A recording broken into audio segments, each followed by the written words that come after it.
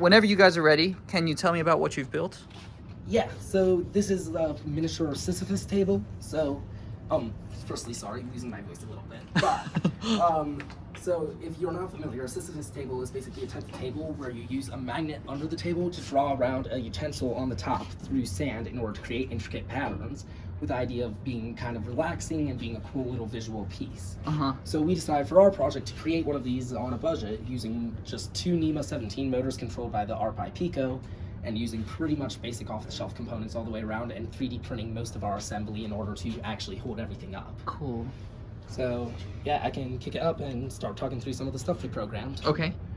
So the very first thing that always happens is we do a calibration sequence where we run end-to-end on the bar. This lets us know exactly how many steps it takes to get the stepper motor across the bar, and this is used to make for calculations for pretty much every other pattern we do. So that's important because otherwise you never know where your motor is starting per se. So by having this sort of standardization, we can ensure that we're always like centralized and doing what we want. Sure. So right now the pattern that's being drawn is basically just a simple clearing pattern where it's just drawing concentric circles around. So this is pretty simple. You just set a radius, put the base motor going in a circle, repeat. So this will take a little bit. I will warn right away, like these patterns can take a second just due to the nature of Sure. if we run it too fast then we can lose track of the magnet. But an interesting little quirk on this one though is that since I'm keeping the base speed constant the entire time around, as you go farther and farther out, the circles actually, or the speed of the magnet is getting faster and faster. Each circle takes the exact same time to finish. Sure. But yeah. So basically to do that calibration, there are 2 buttons on either end that we literally run the gantry in to see if there is a button being pressed, and as soon as we do that contact on the first button, we can then count how many steps it actually takes to go and get to the next one.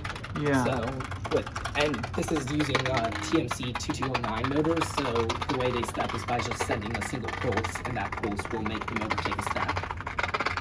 And then we also have steps such as rotor control and micro stepping. So one issue we ran into was basically the base motor would be really choppy on startup because it was trying to move all of this load immediately at full speed. So we actually had to implement some acceleration ramping in order to have it be more smooth, and we also had to take advantage of micro stepping it to 1/32 seconds in order to actually get smooth motion. Yeah. So I think we should be coming up to like the last arc here. Let me make sure this is out of the way. So after this, let's see, we're going into a pattern that is basically just a bunch of concentric straight lines loading across the center. So this one's a bit of the opposite, where we're running the line through the gantry and then taking steps on the radius instead, on the angular. So this one, again, pretty simple. It was more for us a proof of concept to make sure that our actual calibrations of the length for the bar were correct and that we were able to use that full space consistently. A major concern was, like, if you run it too much, you could easily go and break the buttons that we had installed by just pulling the motor too hard, or you could break the belt also. But yeah, so got this up and running.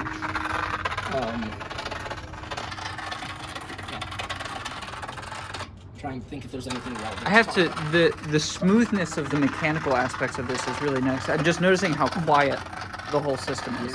Yeah. So part of that is, all the noise is up here. Yeah, sure. No, so a lot of that is due to the drivers we chose is actually plugins for it. They have a thing called Stealth Shop on them. So if you program them for it, it's basically a low speed, very low noise mode, which means they're quieter than like other just general stepper motor drivers. And then since you're running everything low speed anyways, it stay pretty quiet.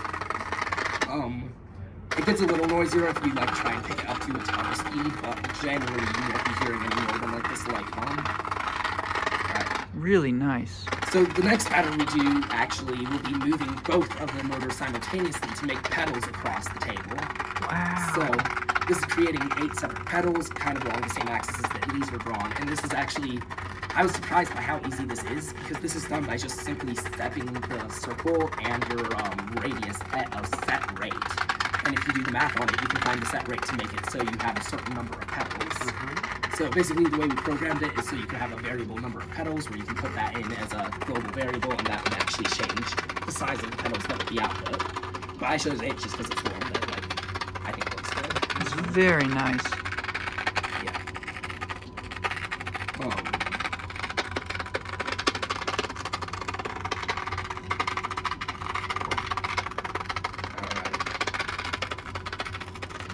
And then I believe the next pattern is one that was by suggestion of Henry, which was actually creating a spiral.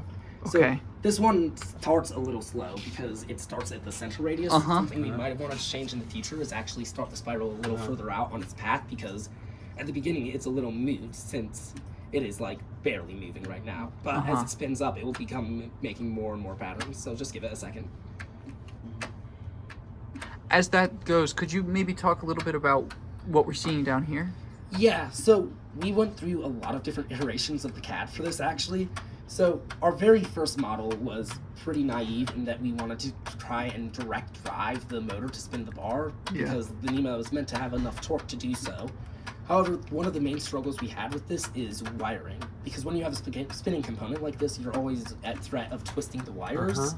So what we actually have is right in here, there's a slip ring installed, and that's what's being used to connect all the wires down and through this space from here. So all these wires are slip ring wires, and that's why like this is built into a few separate pieces in order to encase that. Yeah. Then up here, we were able to attach everything to the bar using we were basically using our own little 3D printed attachments to M5 nuts to make them square nuts so you could tighten them in. Okay.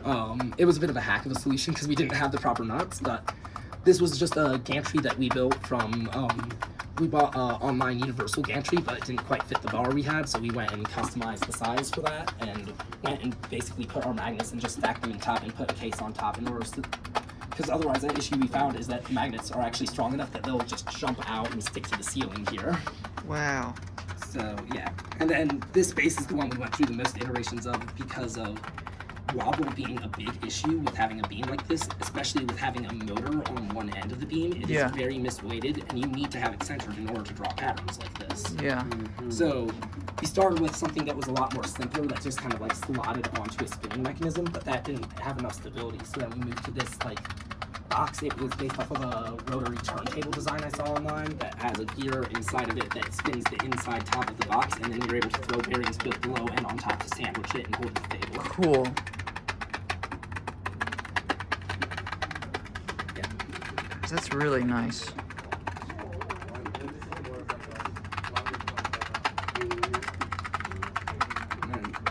After this, I believe, let me double check. I may have sent a race before this, but I can also just smooth it out and go straight to the last pattern we had. Okay. It doesn't show as well on the background of the spiral, but Okay. the last pattern was something that I tried to implement, which is basically a heart design, but it had some aberrations or like basically randomness to it to make it kind of curvy throughout. Neat. So I thought that would be Okay. interesting. Add some ripples. So yeah, we can either, yeah, I did put a erasing command, so.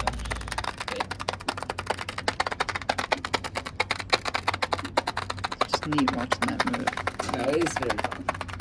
Very satisfying. Yeah. We did have to experiment a lot actually with getting the exact right height for the table to get it very consistent, since You get to use spacers in these corners right here to elevate the top of the toe. Did you guys have much previous experience with like mechanical engineering and mechanical design and that kind of Nope. thing? No? Okay. Yeah, so so if you look at like the edge of these like things right here, we put like 3 screws in here. Uh-huh. Which we didn't know how to properly attach it. Then we just said straight bottom. Yeah. Right. Sure. Okay. No, it was a learning process throughout. I think we have some like Rev 11s on our CAD models. Okay. Okay. It was a bit of a ordeal, but Really nice. good to learn for sure. There's nothing nice as attachment of a table though. It's really 3D printed rake. Yeah. So when you initialize it, you can like make sure it's even all over the place. This is Zen we Yeah, we mainly were using that to begin with because we realized that, like, before we had all our patterns done, things would get very uneven, and it was very easy for things to get stuck on any bit of uneven sand, like if there was a big lump. So by having something to smooth it out, it was very helpful. So you also have to play with the level of the sand because like it was too much. The magnet or the ball wouldn't go over it. So Yeah. All right. So I'm going to take a second to reprogram it because right now it's just going to do the concentric circles again before going to the next design. But since you've already seen that, I'm just going to go and rake it real quick and then bring us straight to the next design, I think. Okay. Here, Henry, do you want to rake it while I program that? you're satisfied.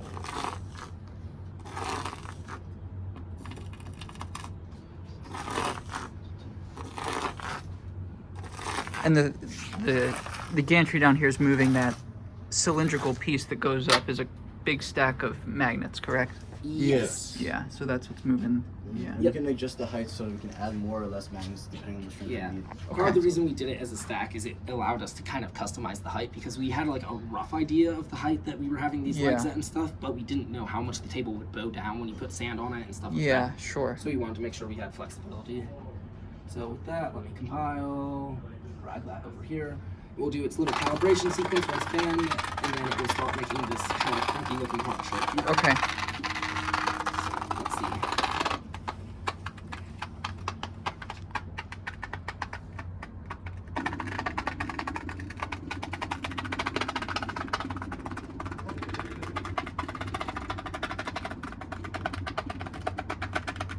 Kind of takes a second to come together, but How it is there, I'll cool. tell you.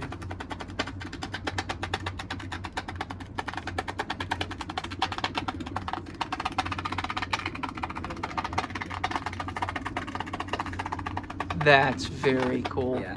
And then the way this was programmed was to have a slight little bit of randomness on each run, so it would kind of overlap the patterns each time you went through it. Neat. That works somewhat. Sometimes it kind of covers up its own path because of that, but yeah. That's really awesome. Thank you, guys. Yep. That's really cool. One more shot down here, this thing. Awesome.